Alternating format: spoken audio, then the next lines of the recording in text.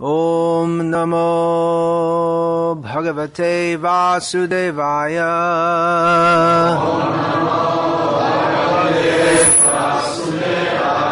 Om Namo Bhagavate Vasudevaya.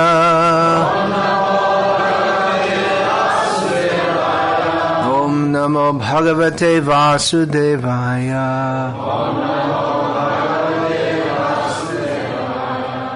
Srimad Bhagavatam, Canto 5, Chapter 11, Text 17, translation and commentary by His Divine Grace A.C. Bhaktivedanta Swami Prabhupada. Bhratrivyam menam tadadabraviryam upekshayadhye dhitam apramattaha Gurur Harish Charano Pasanastro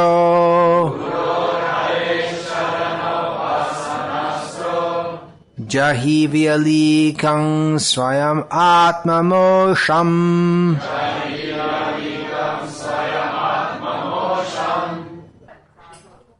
This uncontrolled mind is the greatest enemy of the living entity. If one neglects it or gives it a chance, it will grow more and more powerful and will become victorious. Although it is not factual, it is very strong. It covers the constitutional position of the soul. O King, please try to conquer this mind by the weapon of service to the lotus feet of the spiritual master and of the Supreme Personality of Godhead. Do this with great care. Srila Prabhupada's commentary. There is one easy weapon with which the mind can be conquered: neglect. The mind is always telling us to do this or that. Therefore we should be very expert in disobeying the mind's orders. Gradually the mind should be trained to obey the orders of the soul. It is not that one should obey the orders of the mind.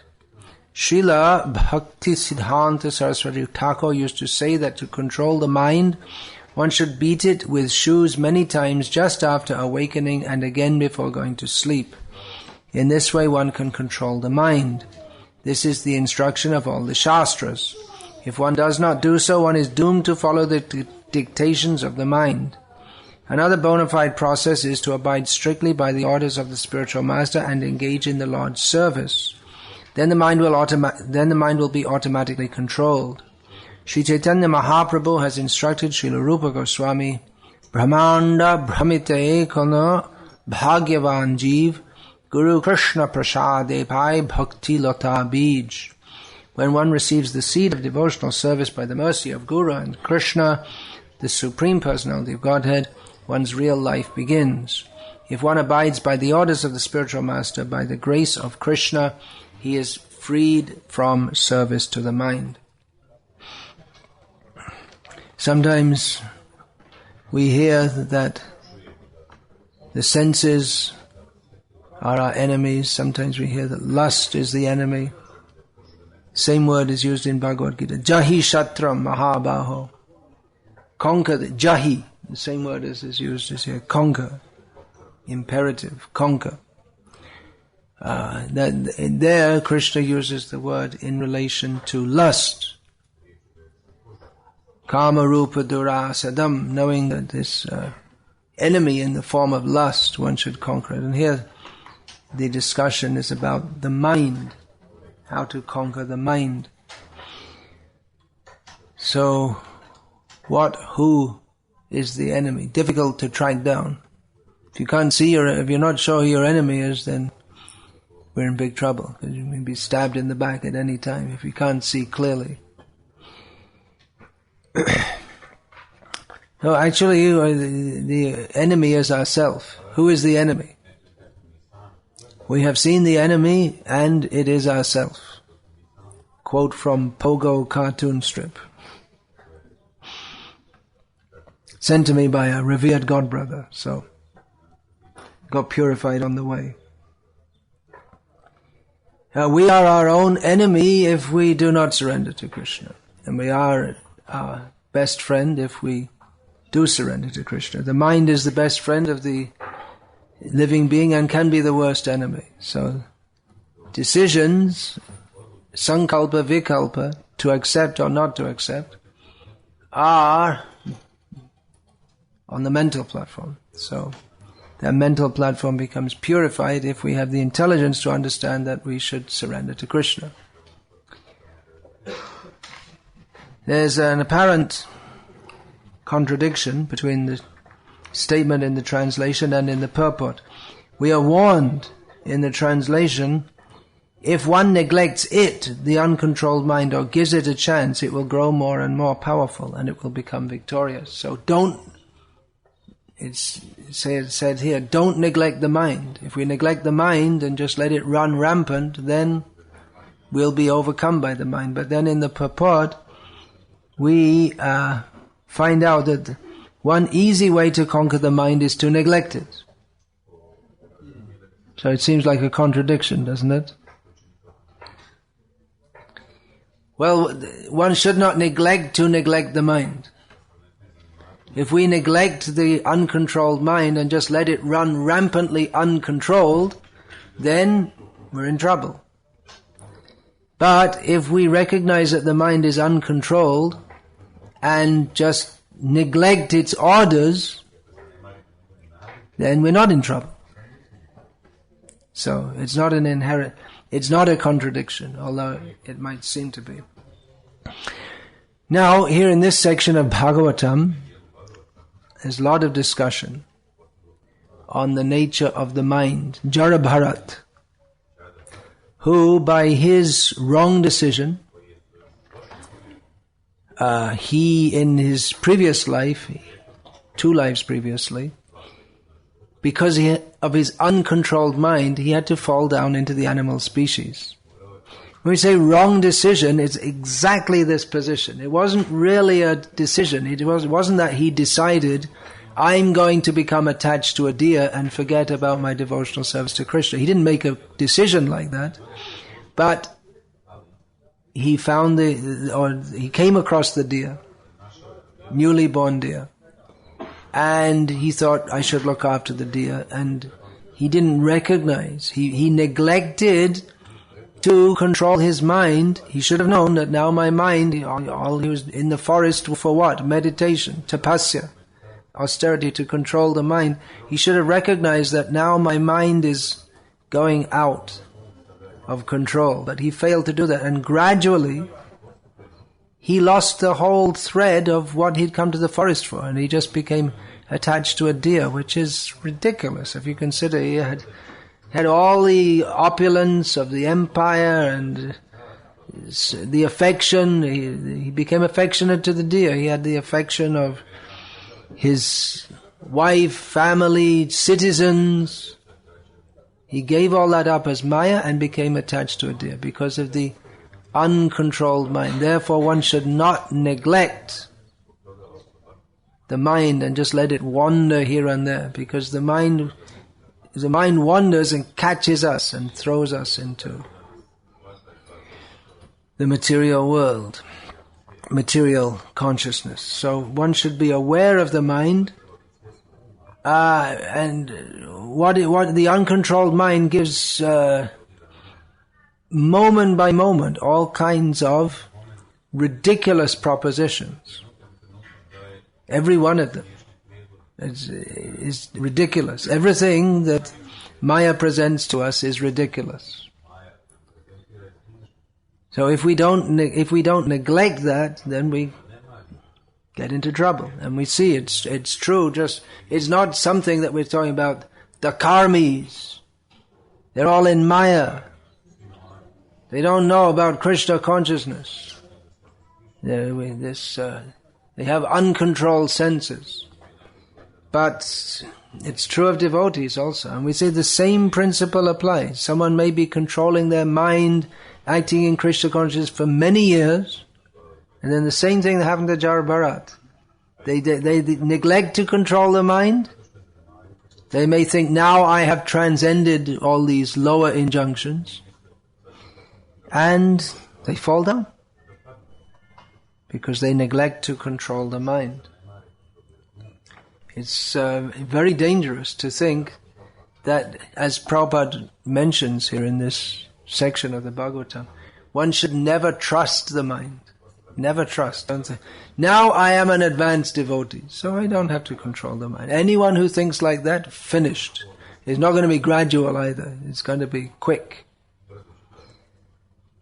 So, sadhu sabdhan, as they say in India. Be careful, sadhus. The sadhu should always be very careful, because kshurasya dhara nishita duratyaya.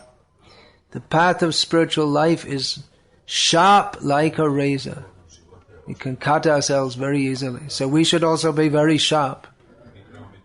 Not dull. Dull means tamagun. And dullness means we're overcome by ignorance. So devotees should be always alert, because the uncontrolled mind can drag even someone as advanced as Jarabharat down into the animal birth, or even in this life into animal-like existence, as we've seen.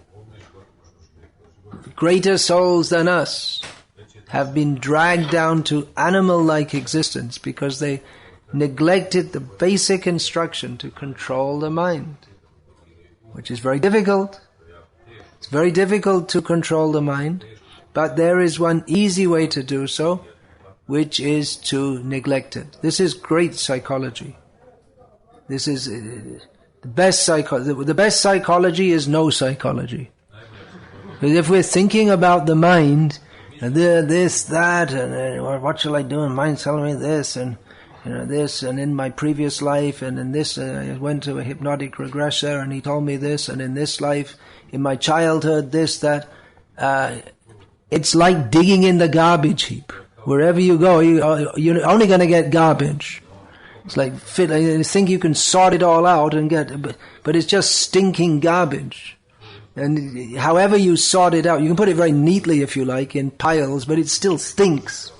You can make all PhD thesis on, because someone in their childhood, someone made a face at them and therefore they have this syndrome and this and that, but still it's all just stinking garbage.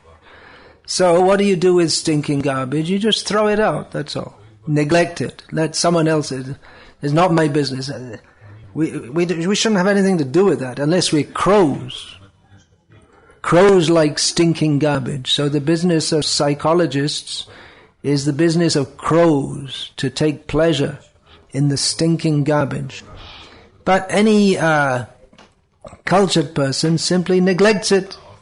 Nothing, just some wild thought comes in my mind. They come in various varieties, as we all have experienced, from absolutely bizarre to, there's a scale from bizarre, more bizarre, absolutely bizarre, absurdly bizarre, and other things we don't even want to talk about. We're embarrassed. So any proposition of the mind other than to serve Krishna, which Maya never offers to us. Maya never says to us, now you should serve Krishna. She always has many other things to offer. They're all bizarre. You should become peaceful and happy in this world. Does that sound bizarre? It sounds like a very good proposition. But without Krishna, it's just madness to think that there can be any peace or happiness in this world. Kim sukham martya dhaminam, as we find repeatedly said in Bhagavatam. Where is the happiness in a place of death? Just like you're on death row, you're to be executed tomorrow morning, hung, drawn, and quartered, or whatever. So, and then you think, well, okay, so anyway, so I can sit here peacefully and happily, and I'll just adjust the bed and have a nice sleep. Yavat jivet sukham jivet. As long as you're alive, live happily. But you're going to be tortured and killed the next morning. So, it's madness. And if someone comes and offers, actually there is a way you can escape from this. No, it's a very comfortable cell. It's very nice here. Is that not madness? Of course it's madness. But that's our position. We should be looking to find a way out. But instead, if we think, oh, it's so see, I spent all my life I never had any nice, comfortable place to stay in. It's very nice here in this cell. It's very peaceful and quiet, and no one disturbs me, and I have my own bed. And everything's so nice. It's just madness to think like that. So any proposition of the mind other than Bhaja Hure Mana Srinandanandana, other than worshipping Krishna, is total madness. So here in Bhagavatam and in Bhagavad-gita, we do have psychology. It's not that it's totally discounted. Transcendental psychology, which is totally different from mundane psychology, which is aimed at how to feel peaceful in the madhouse, or how to adjust oneself to be a normal madman. Not completely mad like but just you can fit in them. You're living in the madhouse, and you're just mad in the normal way, not mad in an abnormal way. So that's psychology. That is mundane psychology. How to adjust the mind to be a cooperative and not overly belligerent madman. That is mundane psychology. And transcendental psychology is from a completely different perspective. That the mind is to be controlled. Not that we adjust the mind to try to live happily in this world. Therefore, people are interested in psychology, and some of our devotees, they like to dabble in that, and they read Teach Yourself Psychology in 21 days or something like this, and then they set themselves up as a psychology expert and give advice to others. And it's in the name of preaching. But we should know that all these Freud and Jung, Prabhupada said he was better than Freud, but they don't know what they're talking about actually. They're also in Maya. So psychology we can take from Bhagavad-gita, and having taken the analysis, we can understand that it's all garbage, and then you just leave it. That's all. The ultimate psychology is no psychology. Just we don't have anything to do with it. That's all.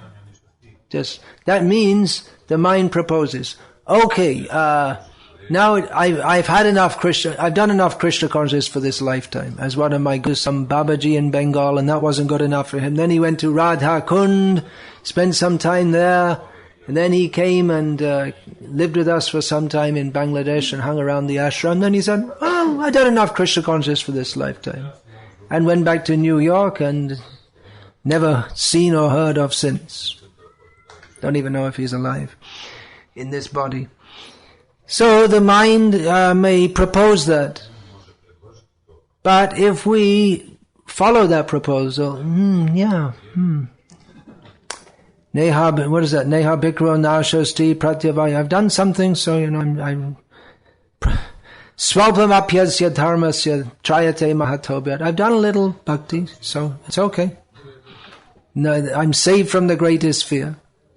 And, there's always another chance, and Krishna looks after his devotees, and, I have so many material desires, and really I should work them out. I have to experience the material world. Then only I could understand that it's miserable, as if we hadn't had millions of lifetimes already testing it out.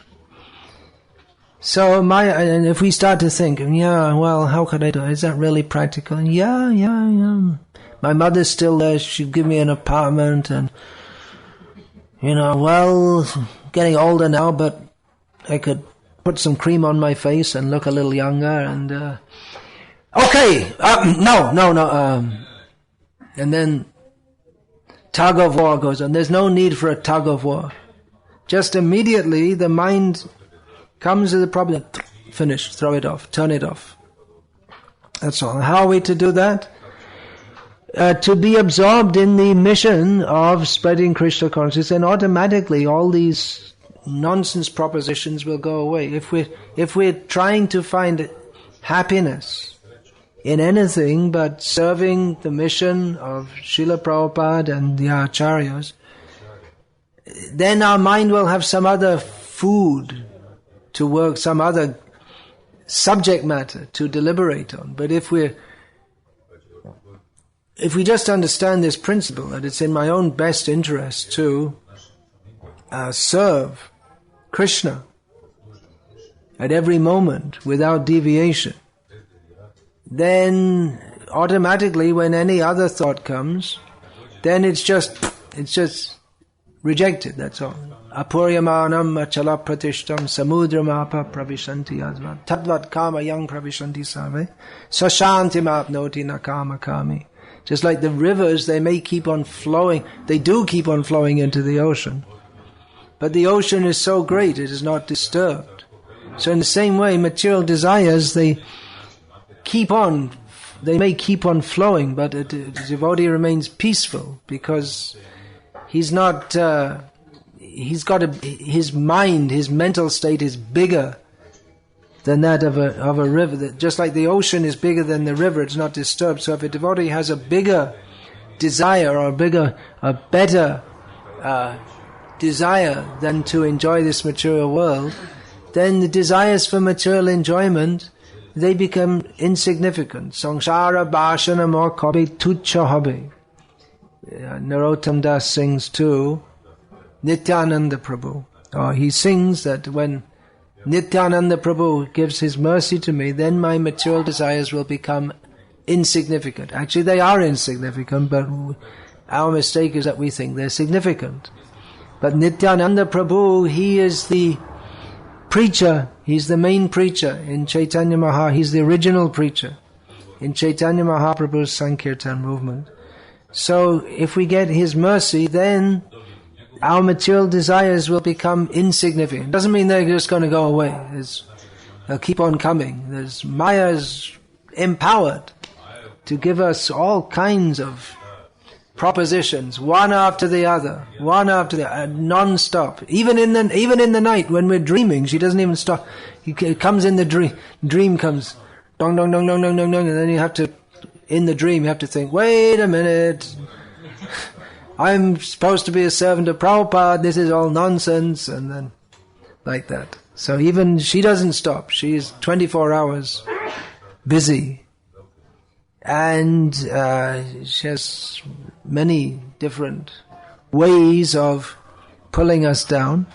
So instead of trying to find out, or just like in jiu-jitsu or something, you have to train and learn all the different moves, but Maya's always got some new ones. So instead of trying to counteract, and she's better, she's got a lot of practice, and after all, she's the wife of Lord Shiva, so it's not a good idea to try to fight with Maya. But instead, if we just neglect, not even that actually. No, don't try to insult Maya, because she is more powerful than us, but just neglect. Just like the girlfriend is calling, oh, I'm missing you so much. We could be, and you just, okay, put on your book bag and go out the door. Just no communication. Someone's calling up on the phone. But just, okay, put the phone down and go on with your business. Just don't have anything to do with it. And then what can Maya do? But if you try to, well, actually, I really love you, but, and then, yes, well, maybe after some time, and then we get entangled. And the best thing is just cut out. Nothing to do. I have nothing to do with it. It's just, there's no, understand that we have nothing to do with that. Often devotee, we think that the mind is like another person. The karmis don't think like that, do they? We don't hear karmis thinking, well, my mind seems like another person, because they fully identify with the mind. They think, the mind, that's me speaking. Go and enjoy the world. Oh, yeah, well, okay, well, there's no dialogue. There's not like they're trying to control the mind, but devotees see the mind almost as another person, because actually it's Maya speaking through the mind. It is another person, but that's not me. We should know when desires come, as if it's like, every few days or whatever. We should know that this is Maya speaking. It's not me. It's nothing to do with me. It's got absolutely nothing to do with me. I am Jivesurupoi Krishna Nityadas. I am an eternal servant of Krishna. So this is just some garbage going on in the background. It's got nothing to do with me. So why should I get involved in that at all? And that's it. Then the mind is conquered by neglect, and one can practice that. Especially if one has that higher taste of serving, if one has a mission in the service of the Lord, that we have something to do. Just like Haridas Thakur, he had his vow to chant so many rounds every day. It's 3 times 64 rounds every day. And the prostitute came, that you just enjoy me. Okay, just sit down there, but I have to chant my rounds first. And the rounds went on all night, and then this morning, and then what's the prostitute? And then she went away. And this went on for 3 days. And he said, well, every day you say, I'll accept you, she said to him. But you never finish your rounds on time, so how am I going to do that? And he said, well, I'm sorry, but I have to finish my rounds. And then by her hearing the chanting of Haridas, she realized what a miserable assignment she'd taken, and she surrendered to Haridas and became a devotee. And Haridas said, actually, I understood from I would have gone away the first day, but I just stayed for your sake to purify you. Now you just stay here and chant Hare Krishna. But that's not recommended for everyone. I will purify these material desires. Okay, come in and I'll purify you. No, that's not for everyone. Maya personally came to test Haridas. And same thing, she personally came to test him with feminine postures that would have bewildered the mind even of Lord Brahma, and Haridas was undisturbed. So he's the ideal. We can't imitate that. We're not going to go and... Haridas Thakur showed the ideal of how being absorbed in Krishna consciousness, that he conquered Maya. Not by fighting with Maya, exactly, but by ignoring her. She came as a prostitute, then she came personally. And both times Haridas simply ignored, I've got something more important to do. So this is the very easy method to conquer the mind, which is otherwise, it may seem easier just to surrender to our mind and let the mind wander here and there and cultivate material desires, but the end result is that we don't attain Krishna. So to attain Krishna, the desires have to be purified. The mind has to go toward Krishna. The mind's activity, sankalpa vikalpa, accepting and rejecting. So we just train the mind to accept Krishna. And we're not so advanced that just hearing the name of Krishna we swoon. Unfortunately, we're not so advanced. But we have our service to perform. We should all have service to perform. And that purifies us. As Prabhupada mentions in one purport in Bhagavad-gita, that in the beginning devotees, they get pleasure from performing the service, and later the service, which is non-different from Krishna, they take pleasure in that, and then later they directly experience Krishna. So devotional service is non-different from Krishna, and if we're absorbed in devotional service, I have my service to do, then where's the question of acceding to the mind's demands? So it's a very simple process. This is the best psychology, no psychology. Just don't bother. The mind is proposing so many things, but sankalpa vikal. Once we enter into Maya, then we have so many different sankalpa vikal. Accept this, reject that, accept this, reject. When you accept one thing, then another whole set of propositions come, and we have to individually choose. Just like Maya gives a proposition, you should become a millionaire. and we accept, okay, I accept that. And then Maya sends another whole set of propositions. You could do it by being a bank robber. Okay, reject that because I'll probably end up in prison. Or you could do it by selling illegally made brandy. And reject that also, because that's also not a good idea. I'll probably end up in prison. Or you could do it by selling flowers on the side of the road. Reject that also, because you're never going to become a millionaire. Okay, get into stocks and shares. Okay, that sounds good. All right, accept that one. Stocks and shares. Okay, now what about this company? And all right, let's put 30% in, and then it becomes so complicated. There is an unlimited set of acceptance and rejection, and that's called Maya Jal, the great net of Maya, which catches us. But at the beginning, Sankalpa Vikalpa, acceptance and rejection. Maya says this, reject. Prabhupada says this, accept. And very easy. Then you don't have to deal with it. We don't get caught in a whole web of Maya. Anukulyasya sankalpa pratikulyasya varjanam. We should accept that which is favorable for advancing in devotional service and reject that which is contrary to advancement in devotional service. And we have already so many rules are given in Shastra. Do this. What is favorable for bhakti? Do this. One should rise early in the morning. One should associate with devotees. One should chant the holy name. These are the do's. Okay, we should do all of that. And do not associate with non-devotees. Do not talk nonsense. Do not read literature which is against the principles of devotional service. There are so many do's and do nots, but in many situations there's no specific rule to cover it, but we may make some decision. We may have to make some decision. In this circumstance, what is favorable for devotional service, what isn't? Or many times we may ask if it's a difficult decision. Some decisions are small decisions, like shall I stay up late tonight? I've got a lot of extra work to do. Shall I stay up late, or shall I put it off till the next morning? That's a relatively small decision.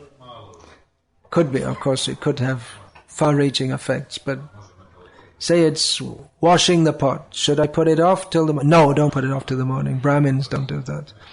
But anyway, that's a relative. But then if it's a major decision, then that will affect the whole future course of our life, then we should consult others. Just like, should I marry this person? Of course, in previous culture, those who are getting married, they didn't make that decision, which is unimaginable in modern society. They didn't decide who they're going to marry. It was decided for them. Probably in this country also. They didn't have any say in that. Okay, now you're marrying this one, finished. There wasn't any divorce in those days. Funny, huh? So, they did, when they chose for themselves, now they choose for themselves and they get it all wrong. But, far-reaching decisions. Should I get married or not? Then one may consult seniors, gurus, who will give advice. In the modern age, we don't have these decisions made for us. So we have to decide for ourselves. So the guru is there, or gurus are there, seniors are there to help us. Of course, we should find good gurus. If we have a guru who himself is a disciple of Sigmund Freud, then we're in trouble. We should have a guru who is a disciple of Srila Prabhupada, and not in name only. And keep Prabhupada keep Prabhupada's picture somewhere in the home. And but our actual advice on how to live our life comes from all kinds of totally bogus people. Actually, bogus means totally bogus. You're either bogus or you're not, but we just say totally to emphasize it. So, this is the psychology process. It's, as Prabhupada often emphasized, it's actually very simple. Krishna consciousness is very simple. There's nothing very difficult about it at all. Life is complex, that we know. The very nature of life in this mature world is very complex. But we can, our way to steer through it is very simple. They had that Titanic boat, which they said was unsinkable. It sunk on the first voyage, as is famous.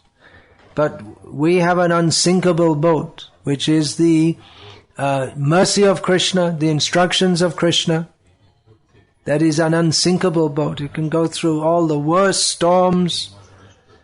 It can go through whirlpools, giant sharks that only appear in the cinema, not in reality. Whatever it is, this boat can cross over the ocean of material existence. Hridayam adyam sulabam sudurlabam blavansu kalpo guru karnatharam Maya, what is the verse? Mayanukulena nabhasvitaritam puman bhavabdim nataret sa'atmaha. Krishna says that this human body is like, it's a good boat for crossing the ocean of material existence. And the guru, if you get a proper guru, then he's a good captain. You have a good boat, but you need someone who knows how to guide it. And Krishna's instructions in Shastra, they're like favorable winds, which blow us in the right direction. If the wind is blowing against us with a sailing boat, you can't sail. And there's also the doldrums in the South Atlantic. There's an area where if your ship goes in there, there's no wind ever. So if your ship goes in there, you're finished. You don't go anywhere. So we need a favorable wind, and the favorable winds are the instructions in Shastra. And Krishna concludes this analogy by saying that one who, despite having all these facilities, fails to cross the ocean of material existence is simply killing themselves, suiciding, committing suicide. So we have all facilities. Everyone here has knowledge of Krishna consciousness. Many of them have accepted gurus who are guiding them according to the instructions of Shastra.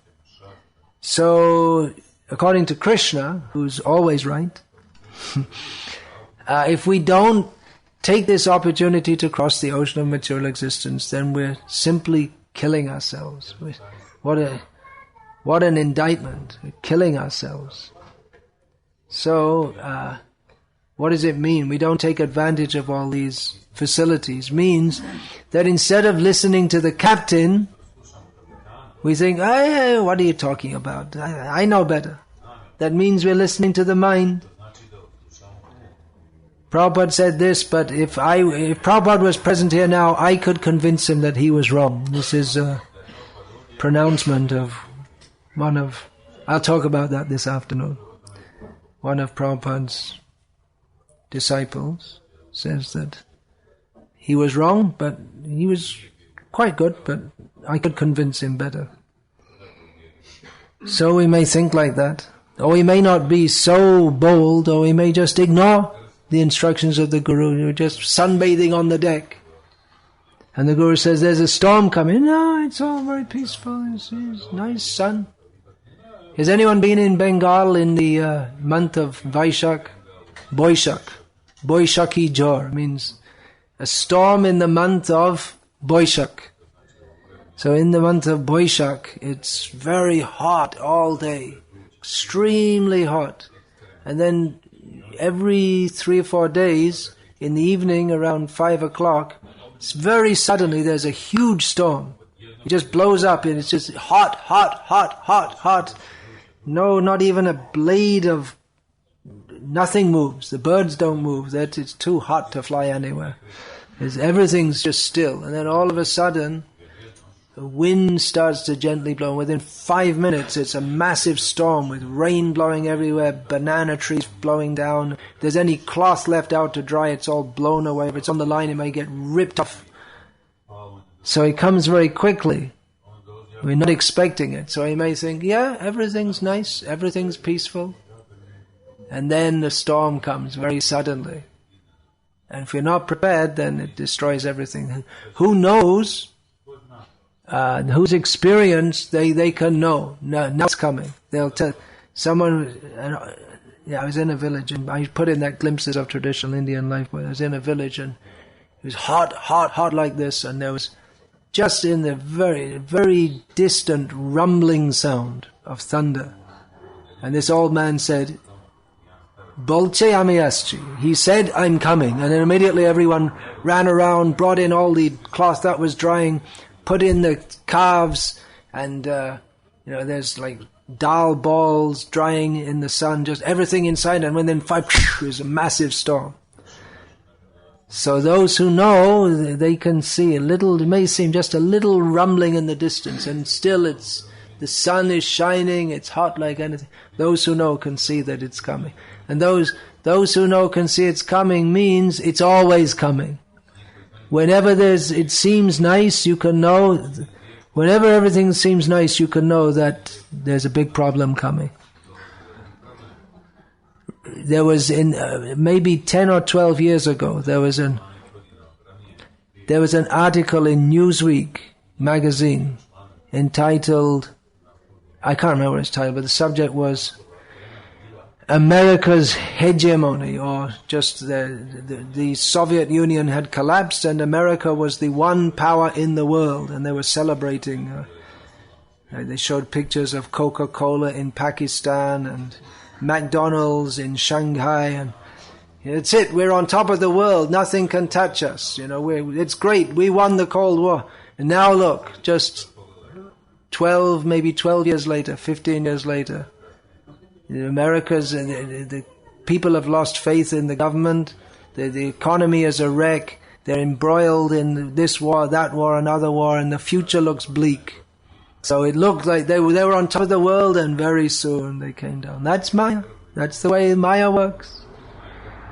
If everything seems very nice, we should understand we're in a very, very dangerous position, because that niceness is Maya's trick to lull us. You know what the word lull means? It means just to make us feel complacent.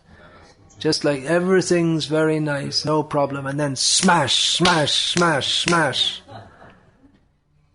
So never trust that we're in a good situation. Everything's good. Now I've been chanting Hare Krishna so long, and I'm an advanced devotee, and everyone says I'm an advanced devotee, and so I guess now I'm a guru, so that means I'm a Paramahamsa, right? So I'm a sannyasi, so I'm beyond all material desire. Otherwise, and then as soon as anyone thinks like that, finished. Just, you can count the number of days, not even months or years. One of our great, powerful sannyasis said, I am free from the desire for sense gratification. Within days he was finished. I mean, he didn't even fall down with a beautiful woman. It was Maya was so humiliating to him. There are any number of young women who would, they'd long to lick his lotus backside or whatever, but Maya humiliated him so much. Be careful. Take this decision. I must serve Krishna. And then just keep it simple like that. It's another idea of Maya. Okay, so now you've conquered me, so you should show everyone. Set a good example. Show how you've conquered Maya. Maya is very, very tricky. Now you have to set the example and show that now you're a big devotee and listen. Very dangerous.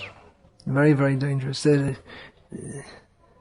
So, yeah, this is good advice. Don't neglect the mind. Don't think I've conquered the mind, but always neglect the mind. What the mind says, just forget it. Unless we hear, serve Krishna, then we know that Maya is not speaking through the mind. Krishna himself is speaking. And the devotees, specifically, Guru is mentioned. Guru means the one who will always tell us, serve Krishna, serve Krishna. Well, I think I serve Krishna. Yes, but serve Krishna.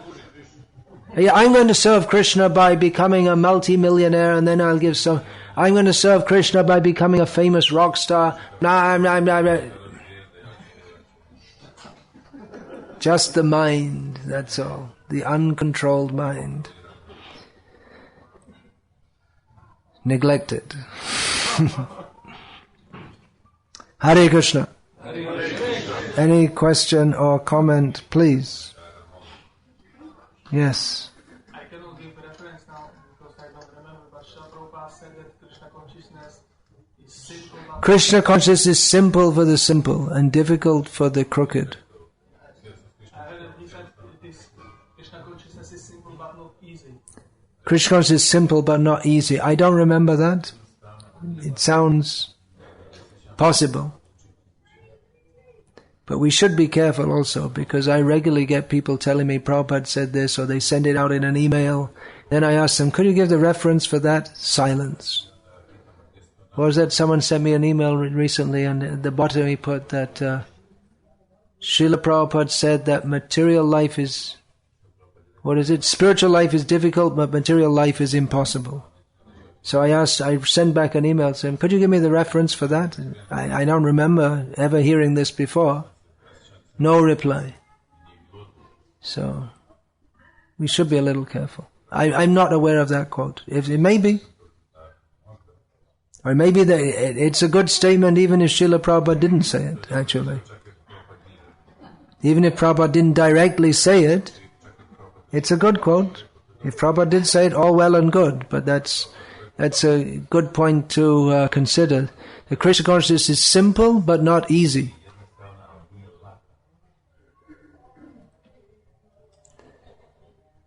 Yeah. If Bharat Maharaj would just ignore the deer, wouldn't he be acting like a Mayavadi who don't accept and see Krishna and everything, is rejecting everything? If Bharat Maharaj had ignored the deer, would he not have been like a Mayavadi? And he would be insensitive, to use that. No, he would not see this as everything is connected to Everything is connected to Krishna. Well, that's a very dangerous mentality, isn't it? Everything's connected to Krishna, so let me connect my tongue to this hunk of chicken. It's all Krishna. Or let me connect my arm to this beautiful woman's shoulders. She's also a representative of Krishna. It's an interesting situation, actually. I mean, how should we respond? That the deer is helpless, so shouldn't we do something to help? Just like I am a devotee. Actually, we shouldn't think I'm a devotee, but we're trying to be devotees, and we see the classic example of an old woman trying to cross the road, and she's very timid. I don't think you find old women like that anymore. They're all dressed up with lipstick and all this kind of thing. But actually we saw one just in the village just now, where they still exist. It's take a photo while you can. It's a dying species. But there was a time when old women were like old women, and if they cross the road and they can only walk very slowly and the cars are whizzing by, so the noble young man says, "Okay, madam," and boldly stands in the road and stops the traffic and walks the woman over the road. You can do this kind of thing as a devotee, but you don't spend all day and then you see there's 50 old women one after another. You don't spend all day doing it. So in the same way, there may be a deer. Okay, what to do? Should the deer got washed up? Oh, okay, do something to help. But then when you see if you're getting entangled, it's taking your whole time, and maybe say, well, leave it to its fate. As that Sridhar Swami, or the commentator on the Bhagavatam, he was a young man, and his wife died in childbirth, in their first baby. So he thought, my wife died, okay, that's good, then I can take sannyas. But wait a minute, I got this baby. So what to do? Who will look after the baby? And then he saw, what was it? a lizard gave birth, the same thing, gave birth to a baby. I don't know how lizards come out of eggs, don't they? Anyway, whatever. There was a baby lizard, and the mummy lizard experienced change of body. And then there was a baby lizard all by himself, helpless. And at that point an insect just came and grabbed it. And Sridhar Swami thought that, well, Krishna's providing for everyone, so can provide for my baby also. Left the baby and took sannyas. So at some point Jara Bharat should have arrested his mind, arrested his thought processes, and seen that now it's gone beyond my immediate duty. And my real duty is to serve Krishna, but I'm getting deviated from that. And it may mean, as in the case of Sridhar Swami, that you may have to appear hard-hearted. In Karnataka, very famous is Raghavendra Swami, who also in youth he left his young wife and took sannyas, who then committed suicide. Seems very hard-hearted, doesn't it? But the service he did in delivering the jivas was... he was a very, very powerful acharya. Ramanuja also, he didn't have children, but his wife was young. He left her, took sannyas. So, if one has the power to deliver so many jivas, then one may do so. Or even for the sake of delivering oneself. But we don't generally recommend it in the modern age because people are so fickle-minded. They take sannyas and then after 3 weeks said, well, I don't think I'm ready for this. Then don't take sannyas. Or they get married and they don't take responsibility. So we don't... Young sannyas, for married men, we don't recommend that because people don't have the culture and the commitment. And even if someone does have that culture and commitment, then others who are not on that level, they may imitate that. So you have to wait a little time. You have a young child, so not for you now. So, yeah, okay. Yeah, please. I don't know, Maharaj, if there's a time that I know a Sankirtan story which fits exactly this. You know a Sankirtan story which fits this very nicely, yeah? Not long time ago, in Belgium, I said, two Sankirtan devotees were on the street. Two Sankirtan devotees were on the street in Belgium. Oh, was that the stabbing case? No, there's another one. There was a bank robbery. There was a bank robbery. The thieves were escaping by bikes, by Push bikes. The thieves were escaping on pedal bicycles. I didn't hear this story. One of them escaped. And the other one escaped just passing by the Sankirtan devotee. And one escaped passing just by the Sankirtan devotee. I'm repeating. So he fell down from the bike. The Sankirtan devotee pushed him so he fell down from the bike. Before he could reach him, and then the man pulled out a gun and shot the devotee almost dead. The robber shot the devotee almost dead at that point. 6 bullets in the bullet. He got 6 bullets, yeah. And he got lifelong injuries. He survived. He survived, but he's not a Sankirtan. He's not on Sankirtan anymore. 5 tries, I said, isn't it? He's again Sankirtan. But of course, Yeah, it's better not to. this is actually an example of what can happen if Sankirtan devotee gets involved, or the devotee gets involved. Yeah, how far, how much to get involved. It's like in the 9/11. That's a different example altogether. Yeah, whether to get involved, not to get involved, and it's probably better devotees don't get involved. And I mean, there are cases where in Melbourne, I think it was, that devotees were sewing the canopy for Rath Yatra, and some women were trapped in a building on fire, and the devotees brought the canopy out, and the women jumped one after another into the canopy, which was like was used to save them. And they would have been burned to death otherwise. Of course, that's a no-risk thing because they weren't dealing with robbers or like that. So, yeah. I think even the police would say, don't try to apprehend professional thieves. Let the police do their job.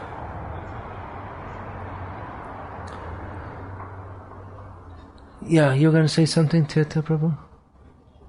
Maharaj, when you see this example like Jada Bharat or some great... Oh, one other point about Jada Bharat, which I meant to mention. Sorry to cut you out. I'll have you on in a second. Prabhupada commented that the reason he got deviated is because he hadn't accepted guidance from a spiritual master. He just went and did his own thing. He was Bharat Maharaj. Yeah. What is our hope? Like, whatever way you go, you stop one thinking, then another comes and check. Even in the form of devotional service, many things are happening there. Many things happen. It's a turbulent world. The turbulent world of ISKCON. Devotees are fighting about different things. Well, the compass is Srila Prabhupada's instructions. We should understand them very clearly. That's all. And we should discriminate also. We should discriminate. Leaders, who is a leader?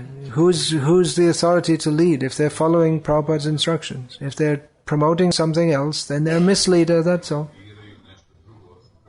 So we may respect them for their previous engagement in devotional service, but if they're recommending us to do something which is clearly different from what Prabhupada gave us, then they've deviated. We shouldn't be so naive to think that it happened dozens of times in the past and it can't happen now. Or rather, we should be aware that deviation is common and learn to recognize it when it appears so that we don't be victimized by it. Right? It's a simple thing to understand. As I mentioned a few years ago in a class in Zagreb, which had various consequences, that one should be known as a guru because he speaks the truth, not just because he's called a guru that whatever he says is the truth. Right?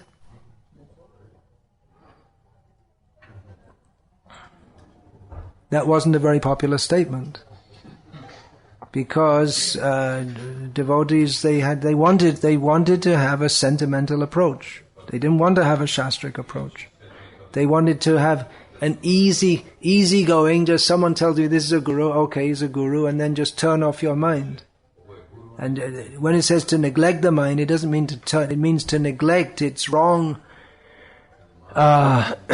proposals, but it doesn't mean to become a zombie or a vegetable, not at all. Devotees should be the most intelligent people. That intelligence it comes from understanding Shastra in the Parampara. So we shouldn't be, devotees should be very intelligent and immediately understand what is not Krishna consciousness. Otherwise, how are we going to discriminate? On what basis are we going to discriminate if we don't discriminate according to Guru, Sadhu and Shastra?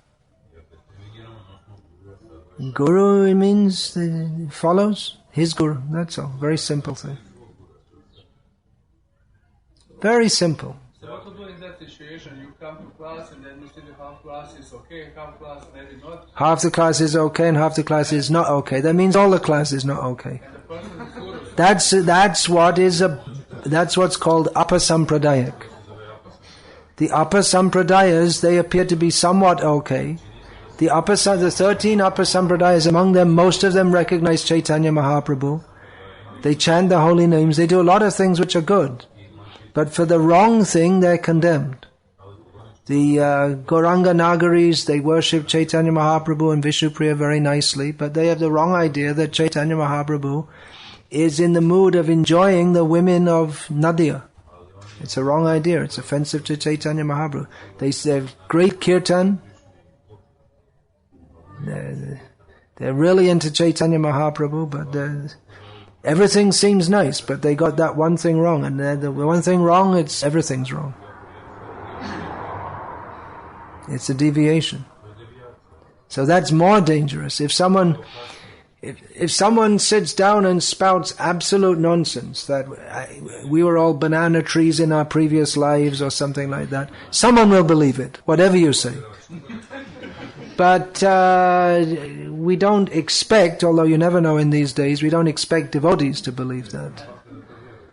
But then if someone speaks very, just like at the end of this class, if I say, and the real solution, just to boil it down to one very simple principle, is that all of you should just do exactly whatever I say without questioning, and then you'll control the mind very easily.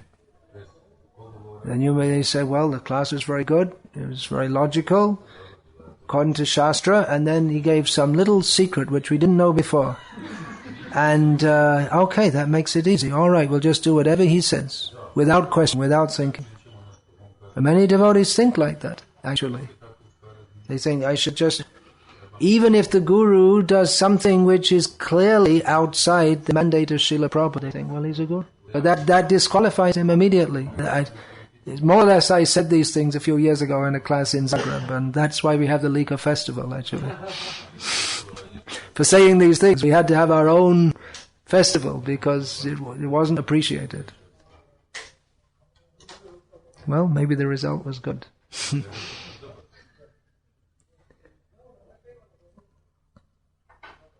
Hard to take, huh? Very hard to take. But we have to. We are servants of the undiluted truth. Truth can be difficult to accept. Sentiment must be there. We're not just hard gyanis, hard-hearted gyanis. But the sentiment, we should never let the sentiment be go independently or not be guided by truth as understood from Guru, Sadhu and Shastra. And Guru means who follows the previous acharyas. So that means the intelligence has to be awake. Never, if the intelligence is ever turned off, then immediately we're in trouble. That's all. Yeah, now there's a flood of questions. This will give rise to a flood of questions. Yeah, okay, what's your question? Well, what with the sentence where... Just for your information, if you're interested, these kind of beads which are made at Radha Kund, Prabhupada didn't like them. They're Babaji type beads. We see many devotees, they have these, they have Radha or something written on them in Sanskrit. Just for your information, if you're interested. Prabhupada didn't like them. You probably never heard that before. You may not care, but if you care, I'm just letting you know. Well, there is like with the pure devotee or the guru, even when he did the most gross thing, he should be.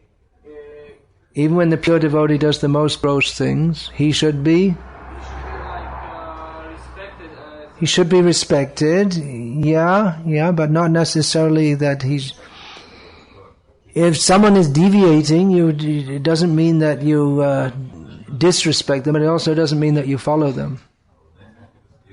You should know. Guru api avaliptasya karya majanataha utpanna pratipannasya parityago vidhiyate. Srila Prabhupada quotes this.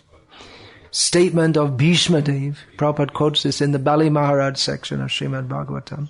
A statement by Bhishma Dev who fought his guru. With weapons. Bhishma said that Guru api, even if he is Guru, even Guru, we don't know the position of Guru in Vedic culture, how much they are respected. The Arjuna's dilemma, how can I fight my Gurus? We have no idea what it means because, first of all, the position and acceptance of Guru, not just this sentimental hogwash or whatever, but very great commitment. what was that? Atmasat. Bhaktivinoda Thakur uses that word. Just you're one with the Guru in desire. You are the property. You complete faith and trust. And Arjuna was totally committed to dharma. All the Pandavas, they never wanted to do anything wrong in their whole life. Arjuna especially, very committed. So, Guru Api, even if he is a Guru, if he's not properly situated, if he doesn't know how to instruct properly, or even if he was good previously, but now is saying something wrong, parityago, that means not just reject, completely, he should be completely rejected. That is the vidhiyate, that is the injunction. So it's very heavy. It's a heavy business, this Krishna consciousness. It's not just like this came in the hippie time in San Francisco. The hippies liked it. There was that song, if you ever go to San Francisco, what is that? Put some flowers in your hair, something like that. There was some song. People saying Hare Krishna, same thing, some flowers, some bells, some incense. Vegetarian, but it's nice. But it's very, very heavy. Kshurasya dhara nishita duratyaya durgang patas tat kavayo vadanti. It's like a razor's edge is one thing, and it's a difficult path to traverse. So it's simple, but it's not easy. There you go. Not easy. Durgang patas. Quote from Shastra. It's a difficult path to cross. But if we have favorable winds and proper Guru, then we can go. Otherwise, we're in trouble. So, this could go on all morning, but should we stop now? No! Popular consent. Yeah. It's connected with Tirtha Sevana Prabhu's question.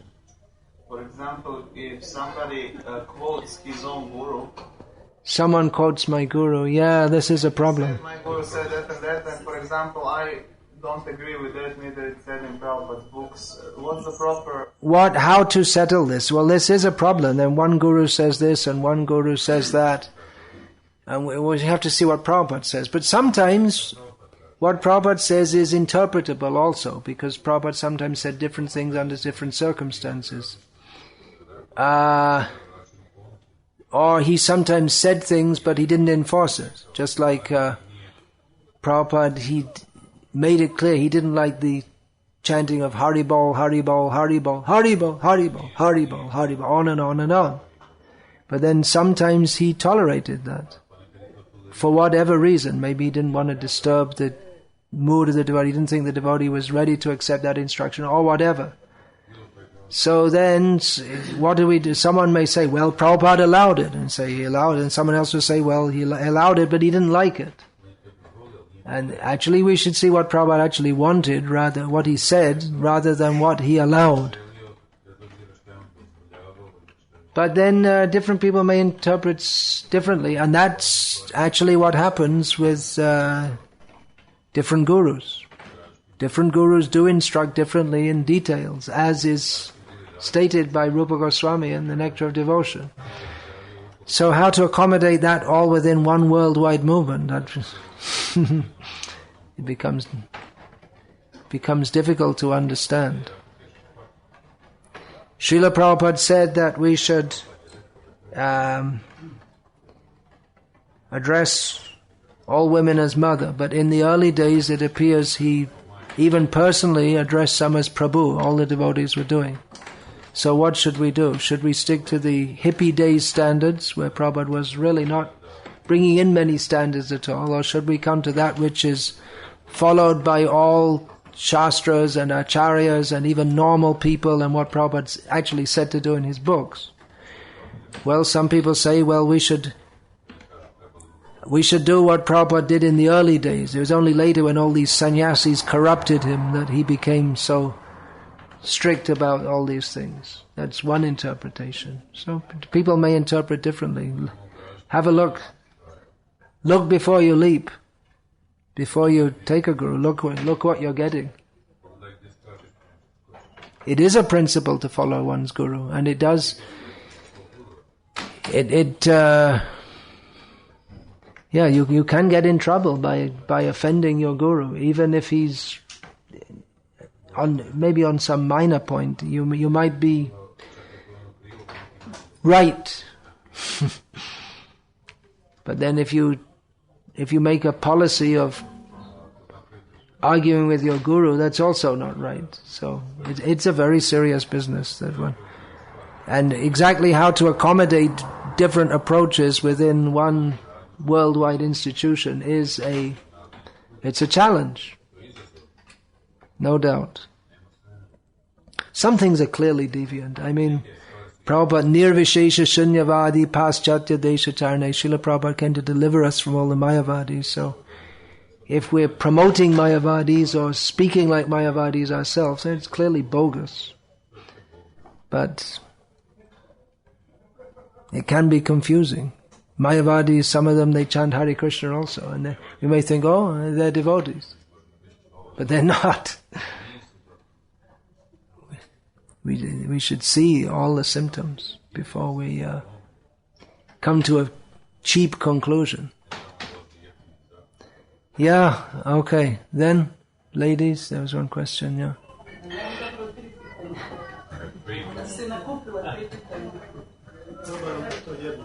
Actually, I have 3 questions. You have 3 questions. All right.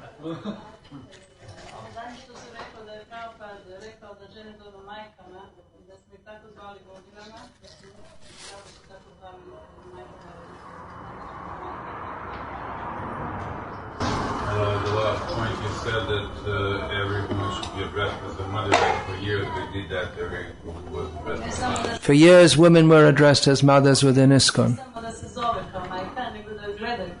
Not only to be addressed as a mother, but to be looked at as... They should be treated as mothers, yeah.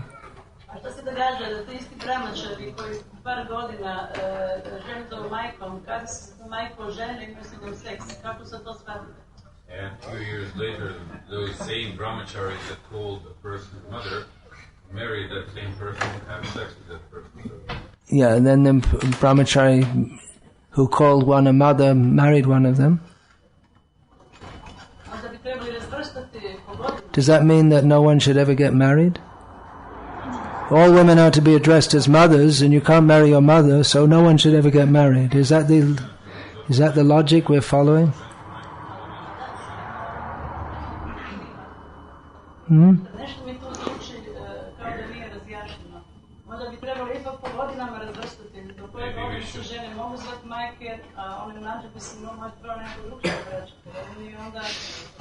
Maybe it's not logical. Maybe we should divide them by categories of age, and the older ones should be called mothers, and I don't know. The older ones should be called mothers. You don't know. Okay, I know. I know because I know what Shastra states and what the tradition is.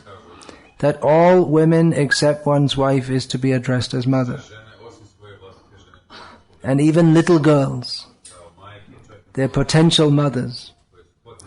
And traditionally one doesn't see in the wife until the marriage day. So the girl in the same village you won't marry. That's the tradition. It's a little different in the modern age. But if we say that because we address all women as mothers, therefore no one should get married, it's not a very practical proposal. The point is that calling them mother, we see them like that, and immediately from the very beginning of life, it helps them to imbibe that identity or that role as mother.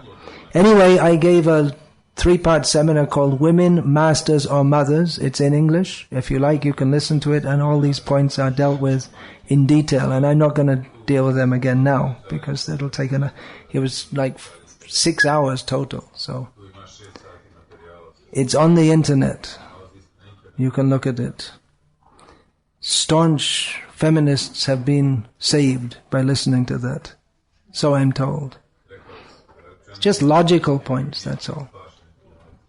With the body of a woman comes a certain kind of mentality also. It's not just the physical body, but so every woman desires, it's just natural, they desire to be mothers, that's all. A very simple thing to it. It's a very strong tendency that goes, and everything develops from that. So anything else? You have another 2 questions? By the way, not calling women mothers doesn't solve the... If calling women mothers has been misused, it doesn't rectify the situation by calling them something else. It's the mentality that has to be changed, not the word. It's just like they used to call niggers. You all know what a nigger is, right? You all heard in Croatian you have also the word nigger. Yeah. And then they became more polite and said Negroes. And then they became more polite and said black. And why did they have to keep on changing? Because they thought black, okay, that's not a pejorative term, but because the attitude was pejorative. You know what that means? It means like condemning. Then the word black, which just meant a color, came to be pejorative. Then it became colored, and now it's African American, and who knows, it'll go on and on. They had spastics, and then they had physically handicapped. Now they have physically challenged. But you can't change the mentality by changing the words. It's a stupid idea. And I saw in America that instead of calling this person is short, they call them vertically challenged. How ridiculous can you get? Where is the end of all this madness? Whereas in India, you see, they don't have all this. If someone's it's a spastic, they don't have that mentality at all. They just understand, okay, he's born like that, that's his karma, and get on with life, that's all. There's this whole mentality of laughing at someone because, well, it's there in Shastra also. Ashtavakra was laughed at by the Apsaras, but I don't find in modern Indian culture. One girl some time ago came to me, she was about, 16 or something. And I asked her, she came walking, I said, oh, you hurt your leg or something? She said, no, I'm born like that. I have a malfunction in my leg. No. And it's not that anyone's expecting to say, oh, I'm so sorry. Oh, how terrible. Just okay. She's like that. All right. So it's all on the mental platform, all this stuff. Shastra says, address women as mother. Okay, bas, finished. And treat them as mother. That's all. But instead we try to change something, then you have to change something else, and change something else. There's no end. Then you get caught by not following Shastra. According to Christian Bhagavad-gita, those who don't follow Shastra are demons. Because they act according to their own desire. They think they have a better idea. It's right there. Look at the end of the 16th chapter. I didn't make it up.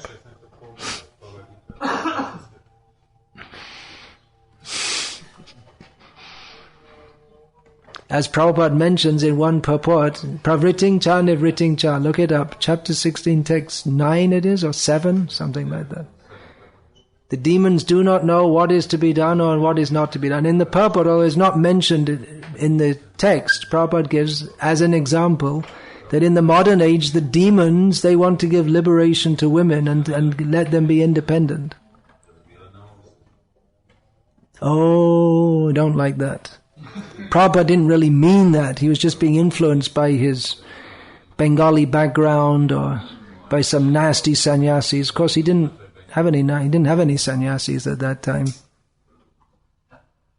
Prabhupada saw it as a major aberration in modern society. But, unfortunately, in modern ISKCON, if we repeat what Prabhupada says in this regard, you're not supposed to say things like this. It's like socially taboo.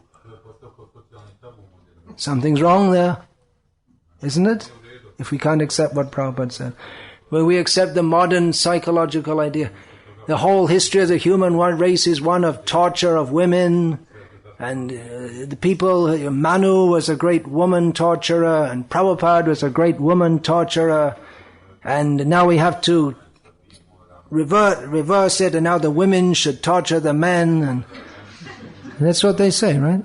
Practically they say that. Now women have to be given their opportunity, and they're getting their back on the men for generations, and homosexuals were mistreated for centuries, and now they have to have their chance, and on and on and on. All madness. Just simply. Modern society. If we don't realize that modern society is mad, then we are mad. Really. If you go in the madhouse and you think that these people are normal, then you're mad. And it is a madhouse. And even by their own statistics, it's a complete... You don't need statistics. Just open your eyes, that's all.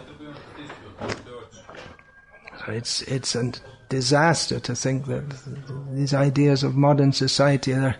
After so many years we did all these studies and we discovered this, that actually women, they should be fighting in wars and holding machine guns and shooting people, and this is the last we've discovered what women need to be happy, and they should be airline pilots, and having children is a nuisance, and children, what is that, women having children? That's all that women want to do is have children, but instead they're training them up to be combat soldiers or something. It's just, everything's mad. I mean, my mother's dead now, but I wouldn't have sent her out to fight in a war. What about you? You like to see your daughter on the front lines with a machine gun going to fight? This is madness. Maybe some of you do. I don't know. And I think we'll finish there because the program is to go on. And if you don't like it, as I say,